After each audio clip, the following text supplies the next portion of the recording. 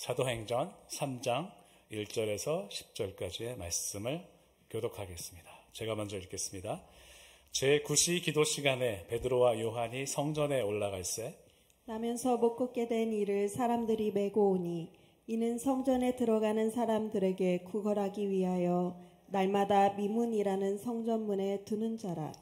그가 베드로와 요한이 성전에 들어가려 함을 보고 구걸하거늘 베드로가 요한과 더불어 주목하여 이르되 우리를 보라 하니 그가 그들에게서 무엇을 얻을까 하여 바라보거늘 베드로가 이르되 은과 금은 내게 없거니와 내게 있는 이것을 내게 주노니 나사렛 예수 그리스도의 이름으로 일어나 걸으라 하고 오른손을 잡아 일으키니 발과 발목이 곧 힘을 얻고 뛰어서서 걸으며 그들과 함께 성전으로 들어가면서 걷기도 하고 뛰기도 하며 하나님을 찬송하니 모든 백성이 그 걷는 것과 하나님을 찬송함을 보고 그가 본래 성전 미문에 앉아 구걸하던 사람인 줄 알고 그에게 일어난 일로 인하여 심히 놀랍게 여기며 놀라니라. 아멘.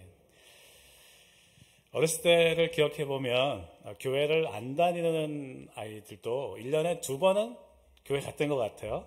첫 번째는 크리스마스겠죠. 그래서 크리스마스 이브에 보통 옛날에는 행사가 있었잖아요. 그래서 선곡도 연극도 했었고 그 예수님이 어떻게 탄생했는지를 이제 프레젠테이션하는 뭐 찬양 같은 것도 있었고 그리고 크리스마스 캐롤도 많이 불렀죠. 그리고 또 선물 교환 같은 것도 했었잖아요. 그 좋아하는 여학생들도 보러 갔던 그런 것이 그런 시간이 이제 크리스마스였고요. 그리고 이제 뭐 눈이 와서 그 화이트 크리스마스가 되면 마음을 이렇게 설레면서 1년 동안 그런 환상의 크리스마스를 기다렸던 기억이 있습니다.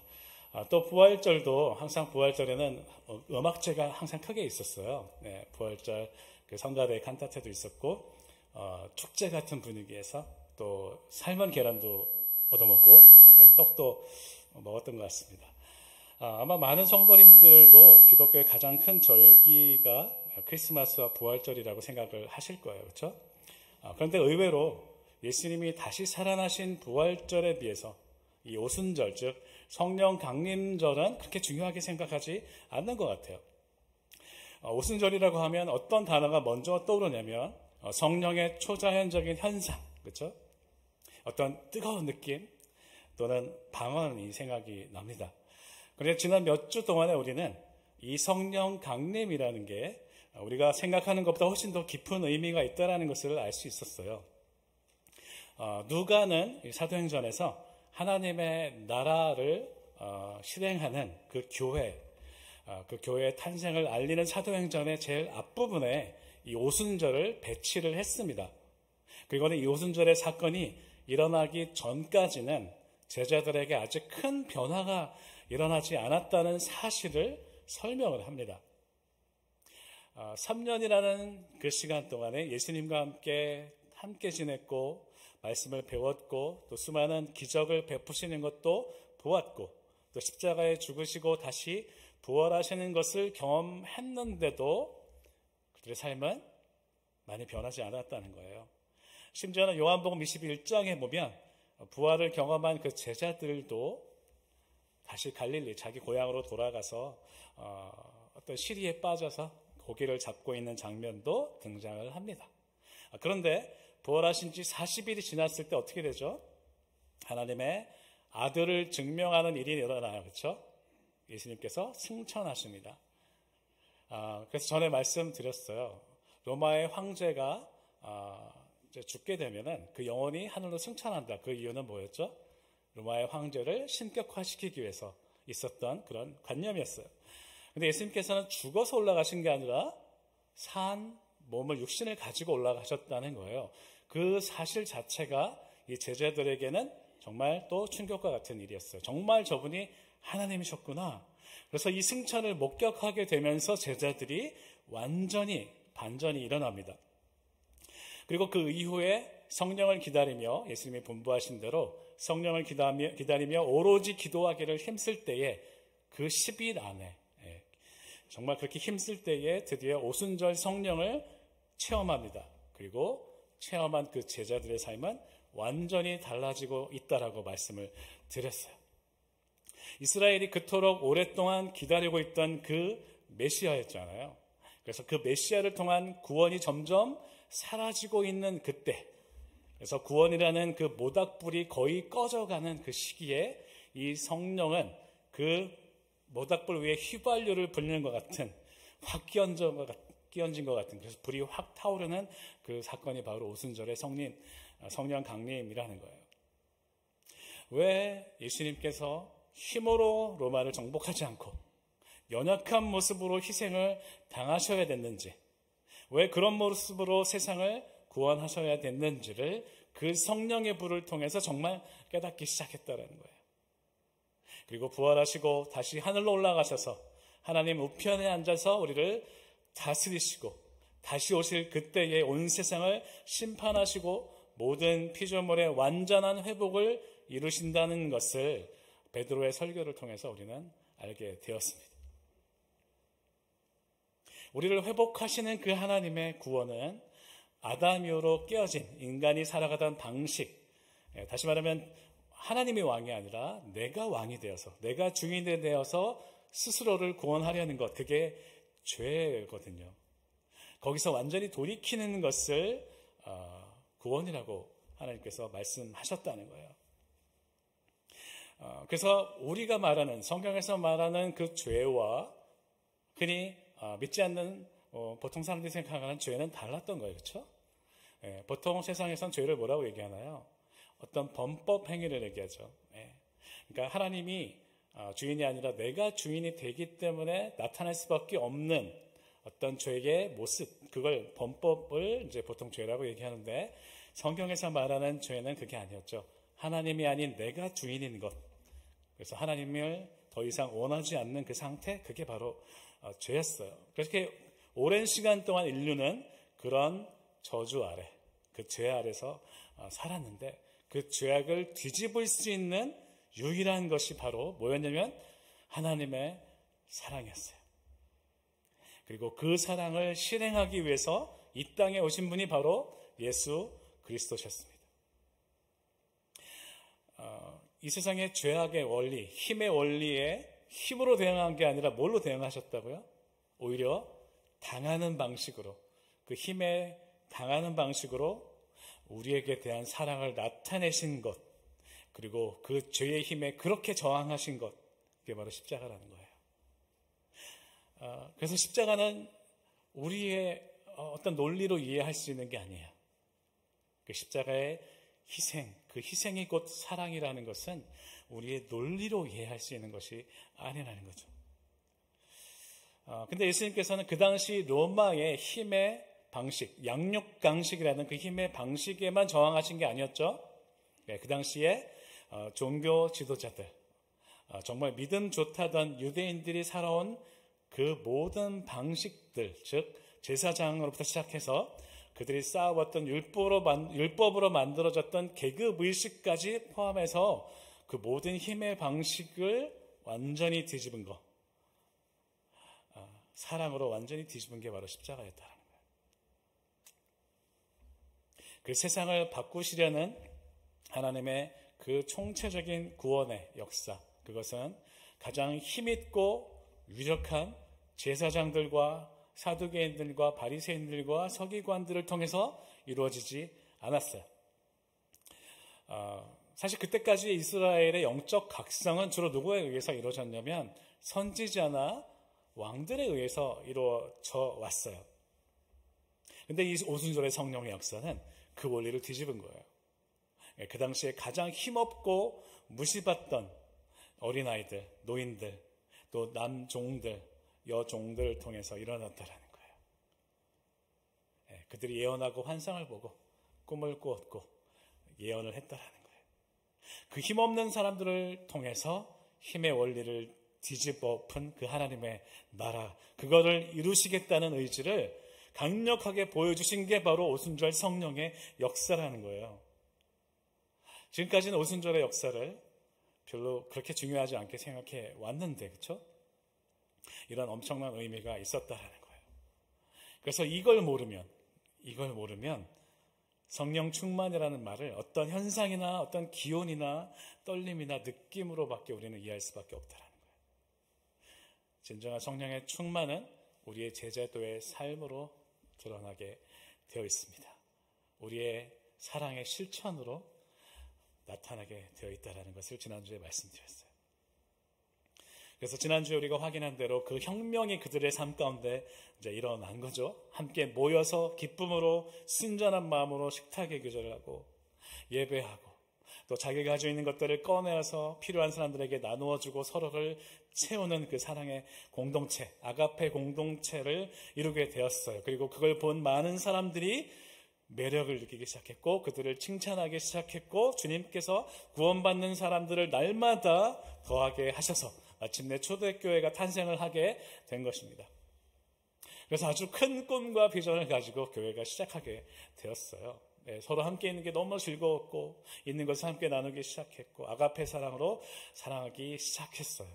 어쩌면 우리들은 이 사람들처럼 그렇게 서로 교제하고 예배하고 서로 채우고 사랑하는 것으로 충분하고 행복하고 만족할 수 있다고 우리는 생각해 왔습니다. 그런데 문제는 우리가 하나님의 나라를 이루며 살아갈 때 이렇게 계속해서 살아갈 수 있으면 좋은데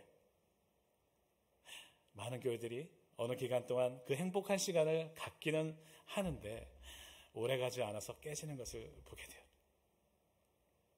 또는 때로는 어떤 외부의 고난을 통해서 예를 들면 팬데믹 같은 것을 통해서 어려움을 겪기도 합니다. 그때 우리는 무엇을 바라봐야 할까요? 어떻게 회복될 수 있을까요? 무엇을 기억해야 할까요?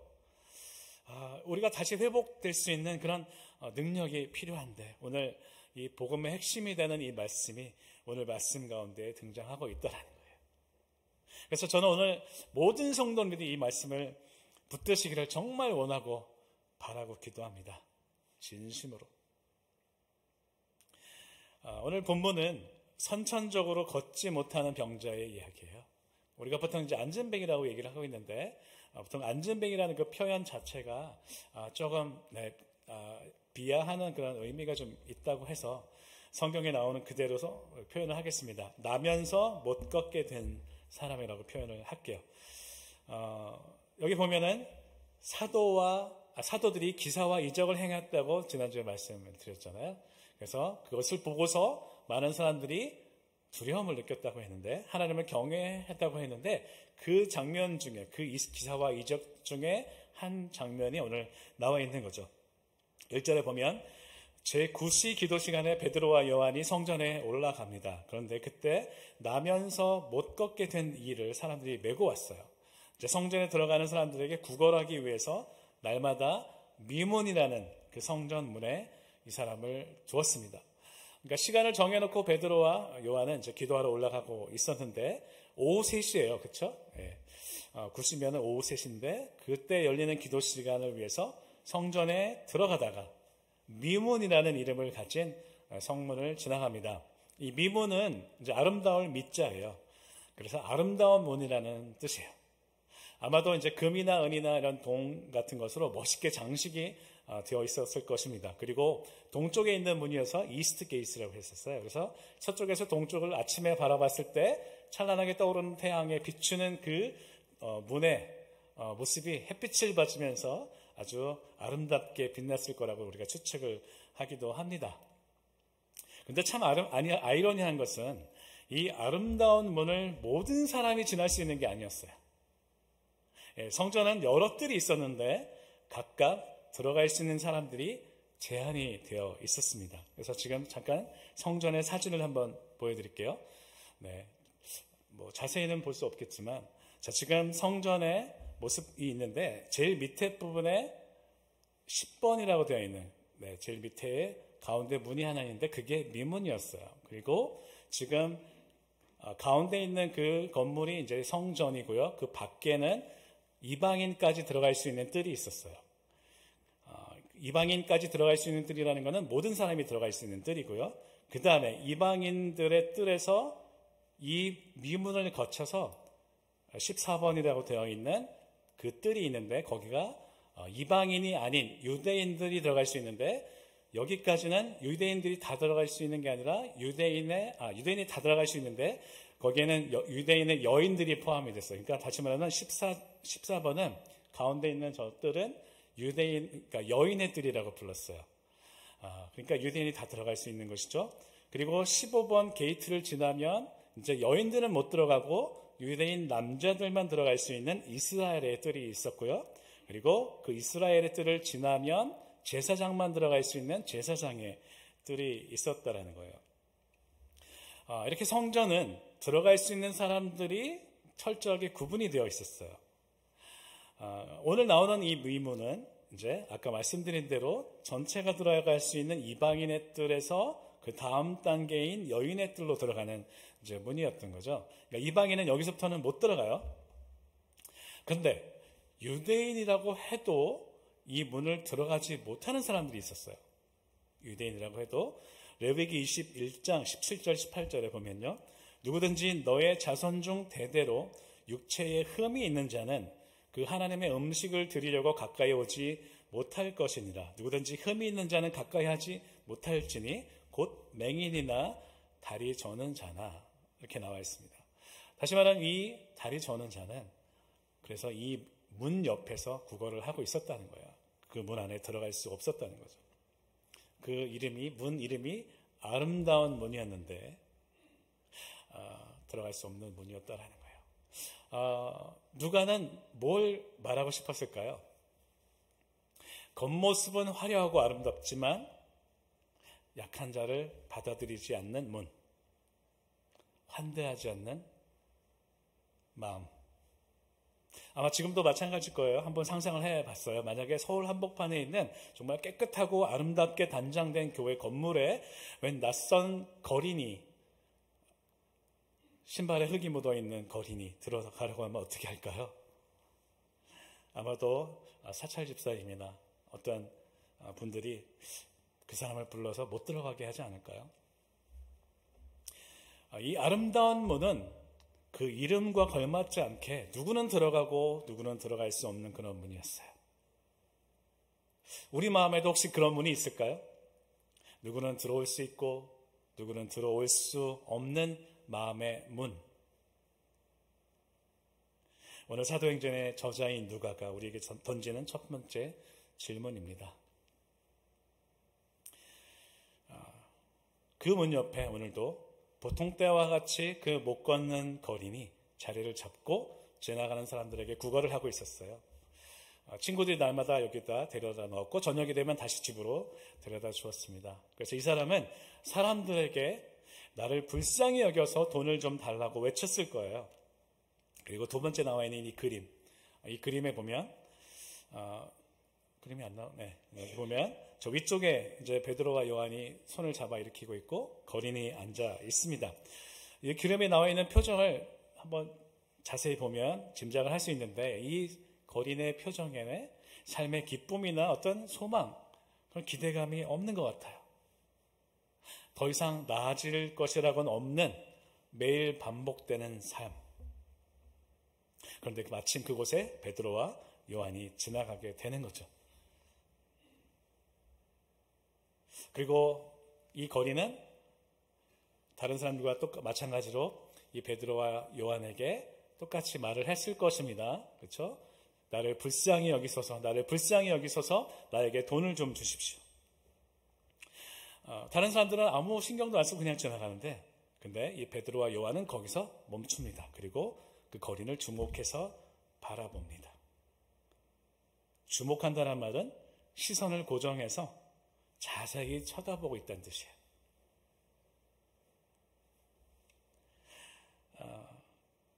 그래서 베드로와 요한이 3절에 보면 성전에 들어가려 하는 것을 보고서 구걸을 하고 4절에 베드로가 요한과 더불어 주목하여 그 다음에 그에게 얘기를 하는 거죠.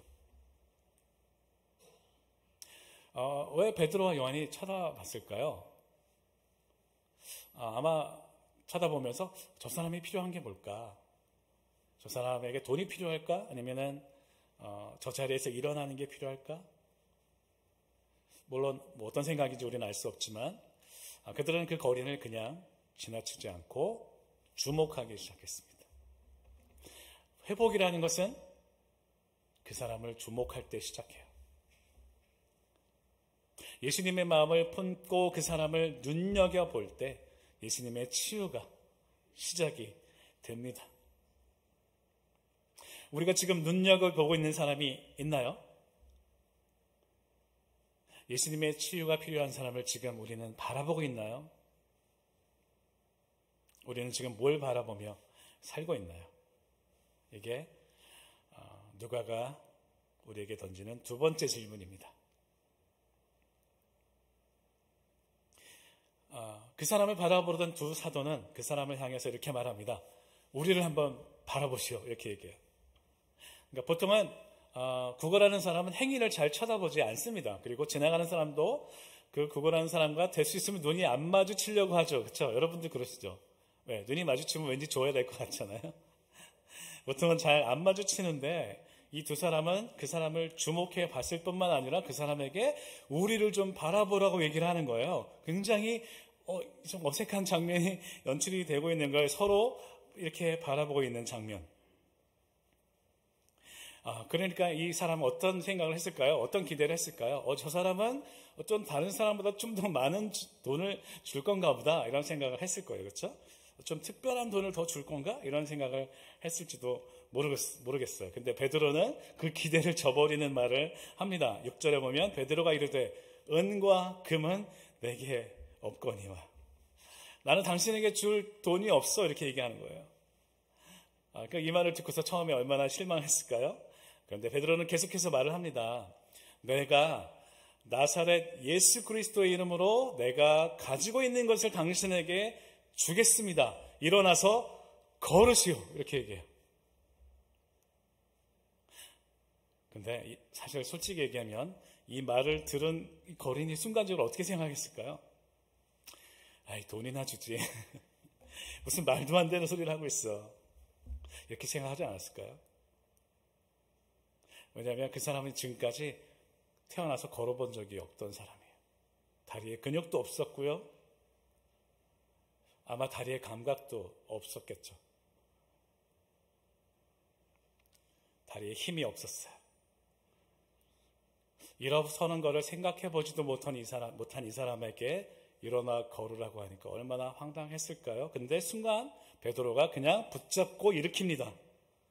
7절에 오른손을 잡아 일으키니 발과 발목이 곧 힘을 얻고 그 짧은 순간 이 사람은 얼떨결에 자기가 원했던 것도 아닌데 베드로가 잡은 손목에 이끌려서 일어납니다. 자기가 한 번도 해본 적이 없던 발목과 다리에 힘을 주려고 막 했을 거예요. 설마 근데 일어나지네. 지금까지는 힘도 줄 수 없었던 그 다리에 힘이 들어가고 근육이 생겨나고 힘줄의 존재가 느껴지고 그 온기와 피가 돌아가는 게 느껴지는 것을 경험했을 거예요. 어땠을까요? 자기는 지금까지 수십 년을 살아오면서 걸을 수 없다고 생각했던 그 사람, 기대하지도 않고 포기하며 살아왔었어요. 그것은 이룰 수도 없는 꿈이라고 생각하면서 원하지도 않고 바라지도 않았던 그 일이 지금 이루어지고 있는 거예요. 와, 이걸 어떻게 말로 표현할 수 있을까요? 근데 여러분, 이게 바로 구원이라는 거예요. 우리가 처음에는 어쩌면 우리 교회에 나온 게 어떤 문제가 생겨서 그걸 해결하려고 나왔을 수도 있어요. 잘 살기 위해서 교회에 나왔을 수도 있습니다. 어쩌면 이민 생활이 너무 힘들고 외로워서 교회라도 나가보자 이런 생각으로 나왔을 수도 있겠어요. 그래서 이러한 어려운 상황을 한번 하나님한테 부탁이나 해보자 이런 심정으로 우리는 교회에 나왔을 수도 있습니다. 그런데 예수님은 우리가 원하고 바라는 그것보다 훨씬 더 큰 것을 우리에게 주셨다는 거예요.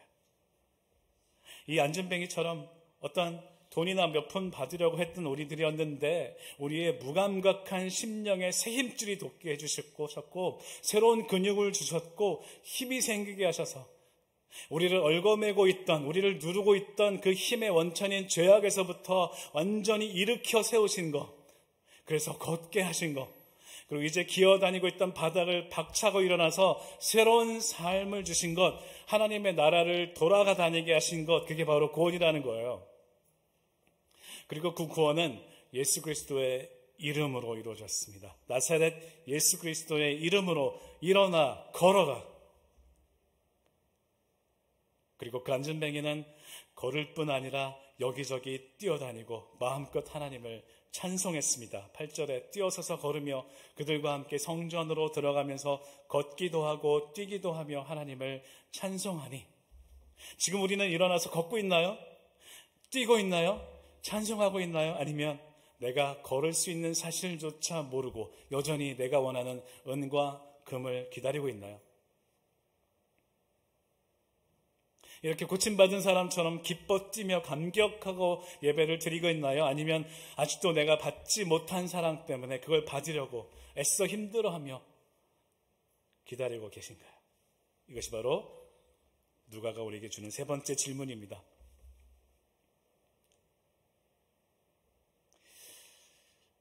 지금 우리는 하나님의 나라의 관점으로 말씀을 보고 있어요.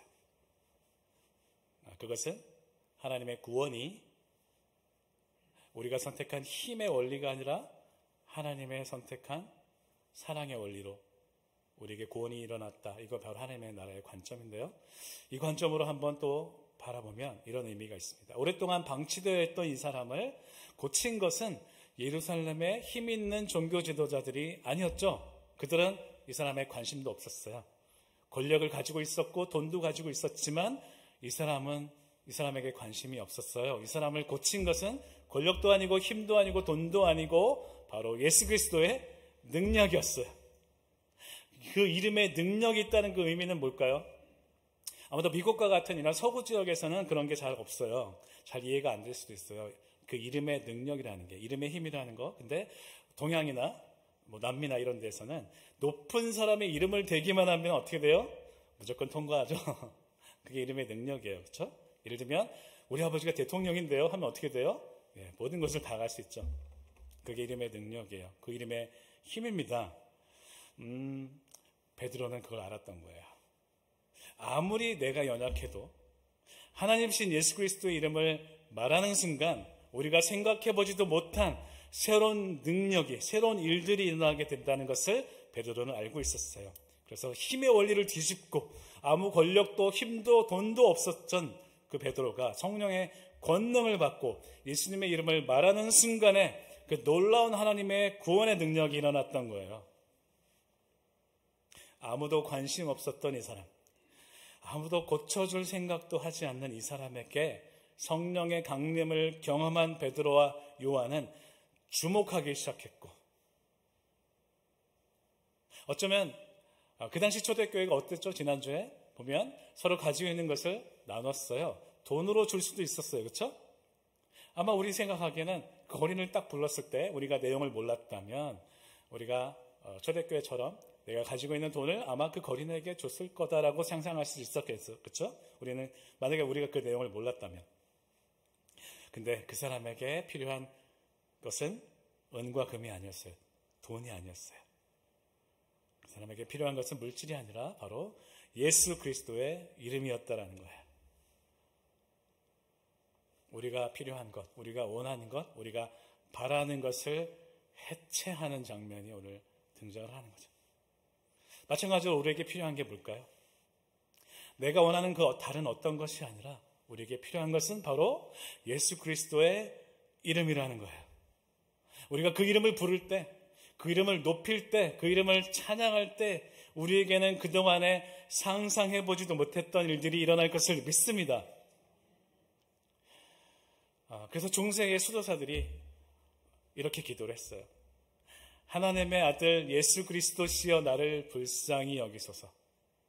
하나님의 아들 예수 그리스도시여 나를 불쌍히 여기소서. 우리 한번 다 같이 해볼까요? 시작. 하나님의 아들 예수 그리스도시여 나를 불쌍히 여기소서. 한 번 더 시작. 하나님의 아들 예수 그리스도시여 나를 불쌍히 여기소서. 아멘. 우리를 온전케 하시는 것은 그리스도의 긍휼이에요. 그리스도의 은혜입니다. 그 이름에 권세가 있다는 것을 기억하시고 그 이름을 매일매일 부르시기를 부탁을 드립니다. 그 이름의 권세가 얼마나 크다는 것을 우리는 모를 때가 너무 많아요. 이건 단지 어떤 부적과 같은 게 아니에요. 미신과 같은 게 아니에요. 우리가 모일 때마다, 그리고 우리가 고난 가운데 있을 때마다 어떤 목소리가 나에게 너는 아무것도 할 수 없어, 너는 죄인이야 라고 우리를 정죄할 때마다 예수 그리스도의 이름을 부르세요. 외치세요. 그때마다 놀라운 능력이 일어날 것입니다. 정말 믿으세요? 어느 순간에 우리에게 그 예수 그리스도의 이름을 부르는 그 소망과 기대가 사라졌다라는 거예요. 근데 이 안전뱅이가 얻은 것은 병고침뿐만이 아니었습니다. 아까 그 미문이 뭐라고 했죠? 아름다운 문은? 이 병자는 걸어 들어갈 수 없는 문이었죠. 그렇죠? 네, 근데 그 병이 낫는 순간 어떻게 된 거예요? 그 문에 들어갈 수 있었어요. 이제 성전에 들어갈 수 있었어요. 당당하게 이 문을 통과해서 성전으로 들어가서 걷고 뛰고 찬송할 수 있는 그런 신분이 된 거예요. 그렇죠? 전에는 들어갈 볼 생각도 할 수 없었는데 이 여인의 뜰을 지나 이젠 그 이스라엘의 뜰까지도 들어갈 수 있는 사람이 된 거예요. 그런 자격을 얻게 된 거예요. 예수 그리스도는 우리들을 일으켜서 하나님의 나라에서 당당하게 걷게 하셨을 뿐 아니라 이제 영원한 그 하나님의 나라 천국에도 당당히 들어갈 수 있도록 우리의 신분을 바꾸셨다라는 거예요. 이게 바로 구원이에요. 이게 바로 은혜입니다. 이게 바로 감격이에요. 우리는 천국에 가는 것만 구원이라고 생각해 왔는데 사실은 그 전에, 그러니까 신분이 바뀌어서 성전에 들어가는 것은 우리가 생각해 왔었지만 사실은 그 전에, 그 전 단계, 우리를 죄에서 일으키시고 그래서 마음껏 걷게 하시고 뛰게 하시고 찬송하게 하신 그 하나님의 나라의 삶을 우리가 살아있는 동안에도 살아갈 수 있다는 그 사실은 우리가 그동안에 많이 생각하지 못했다라는 거예요. 마치 성전은 이제 들어갈 수 있는데 예수님의 십자가로 인해서 아직도 두 다리를 쓰지 않고 그 다리를 질질 끌고서 그 성전 안으로 들어가려는 우리의 모습이었다라는 거예요. 우리가 그런 삶을 살고 있었다는 거예요. 이제는 예수 그리스도로 말미암아 그 다리를 박차고 땅을 박차고 일어나서 뛰며 기뻐하며 이 하나님의 나라를 우리는 지금 살아갈 수 있다라는 거예요. 지금 우리에게 주신 온전한 치유와 회복을 이 땅에서도 경험하면서 천국의 기쁨을 누리고 살아가는 그 삶, 살아갈 수 있다라는 거예요.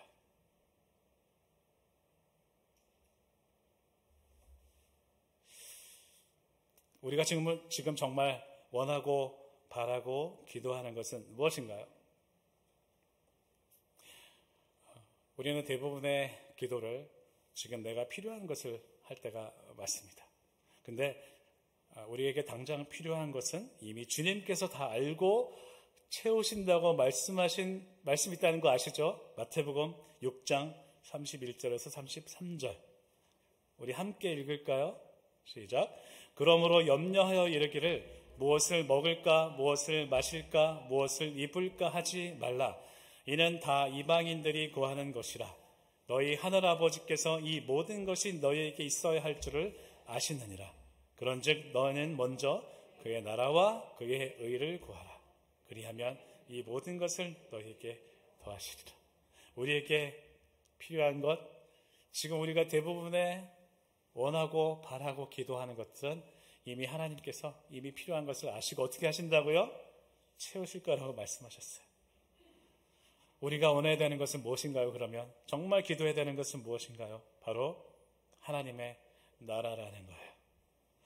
그래서 우리가 회복되어서 가치관이 변하고 성품이 변하고 태도와 말투가 변하고 우리의 행동이 변해서 우리의 평안과 기쁨을 누리며 찬송하기 시작할 때, 그렇게 우리 안에 하나님의 나라가 이루어질 때 세상은 우리를 보면서 어떻게 생각하게 될까요? 9절.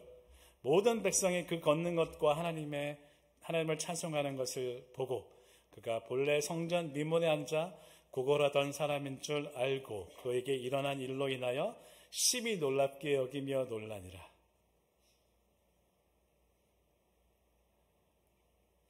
우리의 모습을 바라보는 세상의 눈은 놀라움으로 바뀌게 될 것입니다. 다시 서두에서 말씀드렸던 그 질문으로 돌아가겠습니다. 우리가 서로 사랑하며 섬기는 공동체가 되었는데 우리가 어떤 고난을 만나거나 서로 간의 관계에 어려움을 겪을 때 무엇을 기억해야 할까요? 바로 다른 게 아니라 우리 모두가 하나님의 나라를 원하고 바라는 것입니다. 그리고 그 하나님의 나라를 이루는 것은 예수 그리스도의 이름의 능력이라는 것을 기억해야 돼요. 우리가 서로 힘들게 되는 게 왜 그런가요? 서로는 결국에는 서로가 원하는 것을, 서로가 바라는 것을 바라기 때문이죠. 그게 서로 다르기 때문이에요. 어떤 사람은 더 큰 건물과 더 큰 시설을 원할 것이고, 어떤 사람은 아름다운 미문의 모습을 가지고 있지만 신발에 흙이 묻어서 들어오는 사람들을 들어오지 못하게 막을 수도 있고요. 어떤 사람은 끊임없이 더 많은 사랑과 관심을 받기를 원하고, 어떤 사람은 나의 주장을 끝없이 펼칠 것입니다. 그때 우리가 기억해야 되는 게 뭘까요? 다시 나를 내려놓고, 내가 원하는 것을 내려놓고 모두가 원하는 것, 모두가 바라는 것, 곧 하나님의 나라를 이루는 것을 다시 한번 기억해 가야 한다는 거예요. 그럴 때 우리는 비로소 하나 될 수 있습니다. 저는 정말 그 꿈을 가지고 있어요. 우리 교회가 그렇게 될 날을 꿈꾸고 있습니다. 왜냐하면 그게 바로 하나님의 꿈이기 때문이에요. 이제 말씀을 맺겠습니다. 사랑하는 성도 여러분, 하나님의 나라를 이루는 것은 은과 금이 아니라 바로 예수 그리스도의 이름이라는 거예요. 하나님 아버지께서는 예수 그리스도를 지극히 높이셔서 모든 이름 위에 뛰어난 이름을 주셨습니다. 하늘에 있는 자들과 땅에 있는 자들과 땅 아래에 있는 모든 자들의 무릎을 예수 이름에 꿇게 하셨습니다. 한국과 미국과 우크라이나와 온 나라와 모든 자연과 모든 피조물들을 다스리는 권세를 예수 그리스도에게 주셨다는 거예요. 그분이 우리를 잡아 일으키십니다. 우리는 그 안전뱅이처럼 그 자리에서 그 손을 잡고 일어나기만 하면 되는 거예요. 그래서 힘조차 줄 수 없었던 발에 힘이 생기고, 또 절망 가운데 있었던 그 영혼이 다시 살아나서 기뻐하며 감격하며 걷고 뛰며 찬송하는 그 하나님의 나라를 이 땅에서도 누릴 뿐 아니라 절대로 들어갈 수 없었던 그 성전, 곧 천국으로 들어가서 영원히 하나님과 함께 왕노릇하며 영생을 살아가시는 모든 성도님들이 되시기를 주님의 이름으로 축복합니다.